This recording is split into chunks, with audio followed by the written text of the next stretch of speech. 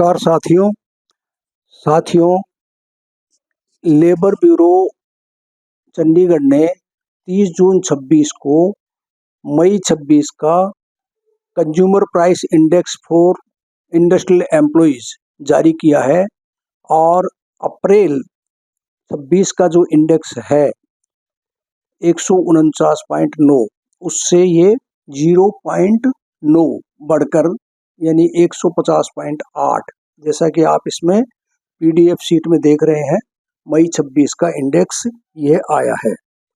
तो इस इंडेक्स के आधार पर यदि हम कैलकुलेशन करते हैं तो बैंक पेंशनर्स को जो 1 अगस्त 26 से डीए में बढ़ोतरी होने वाली है वो कितनी हो सकती है, इसकी कैलकुलेशन मैंने ये एक्सेल शीट है उसमें की है। ये पहली एक्सेल शीट है वो वर्किंग स्टाफ के लिए है। आप देख रहे हैं अप्रैल 26 का इंडेक्स 149.9 है, मई 26 का 150.8 है और जून 26 का मैंने नोशनल लिया है और इस आधार पर जो कैलकुलेशन आ रही है वो डीए की 27.47 की आ रही है और वर्किंग स्टाफ जो है ऑलरेडी 25.70 ले रहा है।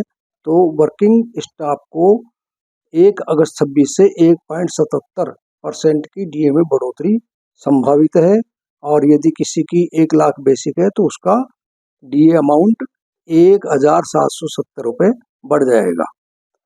और जो रिटायरीज हैं तो रिटायरीज में जो 1 नवंबर 22 के पश्चात रिटायर हुए हैं उनको तो जो वर्किंग एम्प्लॉई है उनके अनुसार ही डीए मिलता है, लेकिन चूंकि वर्किंग एम्प्लॉय का डीए क्वार्टरली बेसिस पे रिवाइज होता है और जो बैंक पेंशनर्स हैं उनका डीए हाफ ईयरली बेसिस पे रिवाइज होता है, इसलिए जो पिछले क्वार्टर का 1 मई से जो डीए रिवाइज हुआ था 0.7% तो वो डीए बैंक पेंशनर्स को नहीं बढ़ा है।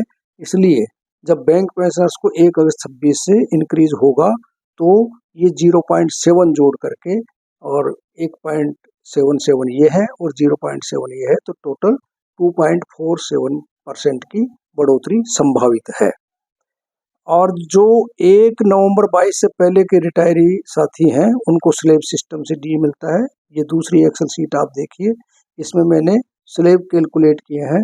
तो जो एक्सपेक्टेड स्लेब हैं वो आप देख रहे हैं कि 885.41 बन रहे हैं और जो पिछले क्वार्टर तक का स्लेब का कैलकुलेशन है वो 856 है, तो इसका डिफरेंस 29 आ रहा है।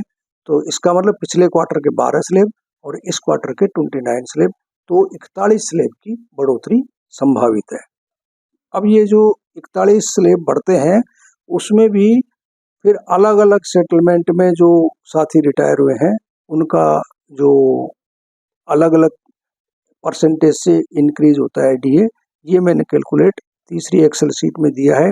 आप देख रहे हैं कि 4th एंड 5th बाईपार्टेट में जो रिटायर हुए हैं उनको 27.47% की इंक्रीज होगी।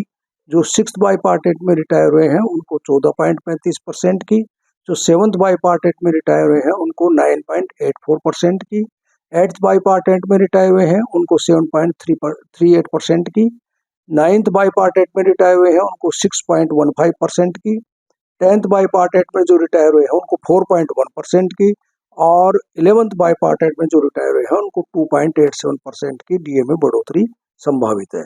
और जो 12th बाईपार्टेट में रिटायर हुए हैं साथी उनको डीए में 2.47% की बढ़ोतरी संभावित है। तो साथियों ये कैलकुलेशन मई के जो है सीपीआई इंडेक्स के आधार पर अनुमानित है। जब जून का इंडेक्स रिलीज हो जाएगा मैं आपको अपडेट कर दूंगा। साथियों तब तक के लिए धन्यवाद।